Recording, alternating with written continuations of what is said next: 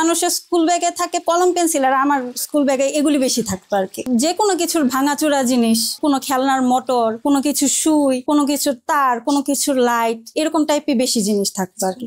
আমার আব্বু প্রচুর খেলনা কিনে দিত তো আমাকে, কিন্তু একটা খেলনা আমার 2 থেকে 3 দিনের বেশি যেত না, যত দামি খেলনাই হোক। মানে আমার মাথায় চিন্তাই থাকতো যে ওই খেলনাটা ভেঙে ওই খেলনার ভিতরে কি আছে, কেন এই খেলনার ভেতর থেকে শব্দ আসে, কেন এই খেলনাটা ঘোরে, এটা কেন হচ্ছে, ওইটা দেখার চিন্তা থেকে ওই খেলনাটা কখন ভাঙবো, এটাই আমার চিন্তা বেশি থাকতো। আর আম্মু খুব বকা দিত এগুলি দেখলে। স্বাভাবিক, একটা দামি খেলনা যদি 2-3 দিনের মধ্যে একটা বাচ্চা ভেঙে ফেলে, একটু তো বকা খেতেই হবে।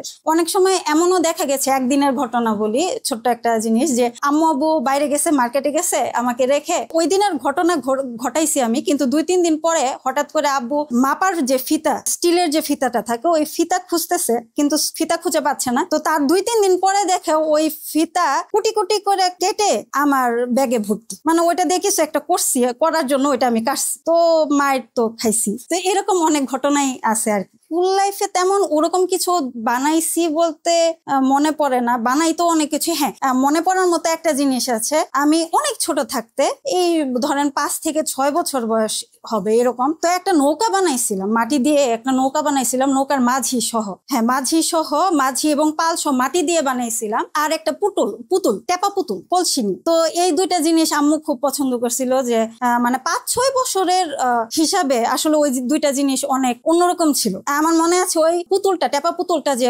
কলসি নিয়ে দাঁড়িয়ে আছে মহিলা, ওই পুতুলটা রং করার জন্য আম্মুর গোলাপি কালারের নেল পালিশটা ইউজ করছিলাম, ওটার জন্য মার খাইছি অবশ্য। তাছাড়াও আরেকটা বানাইছিলাম যে একটা দৃশ্য, মানে 3D ভিজুয়াল দৃশ্য আর কি, কাগজ কাটিং করে এভাবে একটা বানাইছিলাম। ওটাও এখন আম্মু খুব যত্ন করে, যদিও পুরাতন হয়ে গেছে, কারণ প্রায় 25-26 বছর হয়ে যাচ্ছে, কিন্তু ওটা খুব যত্ন করে ধুলা পড়া অবস্থাতেও রেখে দিছে এখন। মহিলারা অবসর সময় টিভি দেখে, গল্প সল্প করে, তো ওই জিনিসগুলির দিকে আমার একবারই আকর্ষণ নাই। মানে আমি যদি ঘরের কর্মব্যস্ততার ফাঁকে আধা ঘন্টাও সময় পাই, বা আধা ঘন্টাও যদি আমি শুয়ে থাকি, আধা ঘন্টার মধ্যেই আমার মাথায় চিন্তা আসে যে কিছু একটা বানাই, একটা ঝর্ণা বানাই বা একটা লাইট বানাই, কিছু একটা বানাই, এরকম টাইপ চিন্তা ভাবনা থাকে। আবার টোটালি যে ভেঙে ফেলে ব্যাপারটা তা না, মানে একটা আধা ভাঙা জিনিসকে নতুন করে ওটাকে একটা রূপ দেই। ধরেন একটা জিনিস, একটা লাইট বা একটা খেলনা ভেঙে গেছে বা নষ্ট হয়ে গেছে, তার ব্যাটারি নষ্ট হয়ে গেছে, বা তার মোটর নষ্ট হয়ে গেছে, বা তার লাইট নষ্ট হয়ে গেছে, কিছু একটা জিনিস নষ্ট হয়েছে যেটার জন্য ওটা অকেজ হয়ে পড়ে আছে, কিন্তু ওটাকে ভেঙে ওটার সাথে আর কিছু অ্যাড করে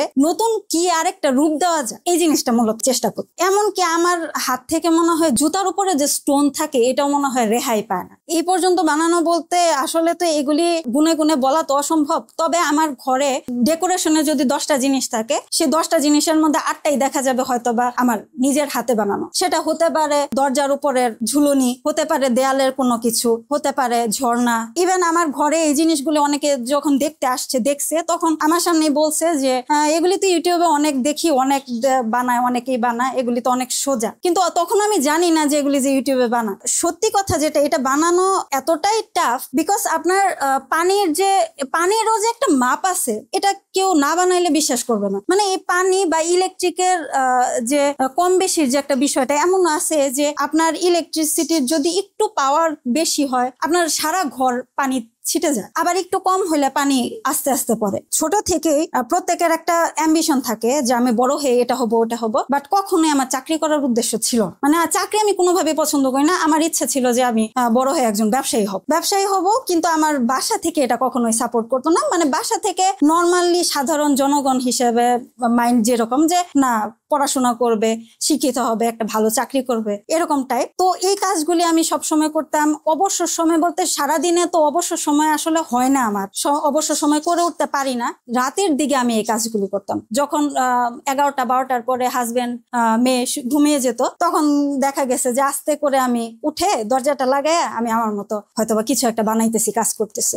হ্যাঁ, এরকম অনেক রাত আছে যে কাজ করতে, ওই যে যখন বানাই তখন তো আর হুঁশ থাকে না যে কয়টা বাজতেছে, তখন চিন্তা থাকে না, তখন চিন্তা থাকে যে মানে পানিটা ঠিক মতো পড়বে না কেন, এরকম একটা চিন্তা থাকে। এরকম করতে করতে করতে করতে এমন আছে যে ফজরের আজান দিয়ে দিচ্ছে তখন হয়তো বা মাথায় আসতেছে এই হে মানে আজান দিয়ে দিয়েছে। নিজের হাতে বানিয়ে বিক্রি বলতে আত্মীয় স্বজনদের মধ্যে মাঝে মধ্যে কিছু আছে যে বিক্রি করছি বা কিছু এমনিই দিছি, এমনিই বানাই দিছি। তো ওইভাবে এই জিনিসগুলি আসলে ওইভাবে বিক্রি করি না। এটার একটা সুদূর প্রসারী চিন্তা ভাবনা আছে আমার। যেমন এইরকম সাইজের একটা ঝর্ণাও যদি বলি যে এইরকম একটা সাইজের ঝর্ণার দামও কম পক্ষে 20-25-30 হাজার টাকার নিচে আসে না, কিন্তু এই ঝর্ণাটা যদি আমি সেল করি সেক্ষেত্রে হয়তো বা 7 থেকে 8 হাজার টাকার মধ্যে আমি সেল করতে পারবো। এখানে যদি বলি এই জিনিসটা আমি এক মেলার থেকে কিনে নিয়ে আসছিলাম। এই ঘরগুলি আপনারা অহরহ দেখবেন যে মেলায় পাওয়া যায়, কিন্তু তো এটা একটা ঘরে ছিল। তারপর এটা একটা গাছ ছিল। এগুলি তো সিম্পল এই যে এগুলি একটা পুঁতির মালার মধ্যে ছিল এই স্টোন গুলি। তারপরে এগুলি মনে হয় রেল লাইন থেকে টুকাই নিয়ে আসছিলাম সম্ভবত, এই পাথরগুলি। তারপর হচ্ছে এগুলি হচ্ছে ভিতরে পাইপ দেওয়া, পাইপের উপর সিমেন্টের কাজ করা। আর এখানে যেটা স্মোক হচ্ছে, ধোঁয়া হচ্ছে, এটা একটা ভিতরে একটা মেশিন আছে, স্মোকি মেশিন আছে। এটা আমি কিনে ওটা সেট করেছি। তারপরে এই যে এই কৌটাটা, এটা হচ্ছে ওই যে কাপ নুডলস এর কৌটাটা। তো এখানে তো তারপরেও কিছু কেনা জিনিস আছে, কিন্তু যখন আমি প্রথম দিকে শুরু করি তখন বেশিরভাগ জিনিসই একেবারেই না কিনা। আমি যখন চাকরি করতাম, আমি আগে বেসরকারি একটা চাকরি করতাম, তো ওখানে আমি সারাদিন বাহিরে থাকতাম, ও সারাদিন ঘরে থাকতো। ওই ঘরে থাকা অবস্থায় দেখা দিতাম প্রতিদিন আসতাম, দেখা যেত এক এক আইটেমে খাবার রান্না করতো। আর নতুন নতুন কিছু একটা ঘরের জন্য, মানে ঘরের মধ্যে যে ভাঙা জিনিসগুলা আছে বা অপ্রয়োজনীয় জিনিসগুলা আছে সেগুলা দিয়ে কিছু না কিছু তৈরি করছে। ধরেন একটা ফুলের টপ তৈরি করছে, একটা ফুলদানি তৈরি করছে। আবার দেখা গেছে যে ওয়ালে টানানোর যে এই জিনিসগুলা আবিষ্কার করে সবসময়। আবার দেখা গেছে অনেক সময় বিরক্ত লাগতো, দেখা গেছে একটা প্রয়োজনীয় জিনিসও কিন্তু